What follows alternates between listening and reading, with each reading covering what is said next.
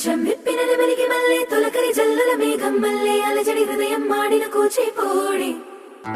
రంగుల దిద్దిన బొమ్మకు మళ్ళీ కవితలు వద్దిన పుస్తకమల్లే సంతోషంలో ముద్దుగా ఈ అమ్మాడి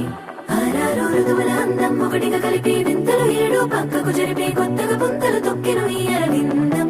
అమ్మమ్మో తాండవమాడే కృష్ణుడి నుండి వేణువ గానం తీయగ పండి రాధకు ప్రాణం ఉప్పొంగే ఆనందం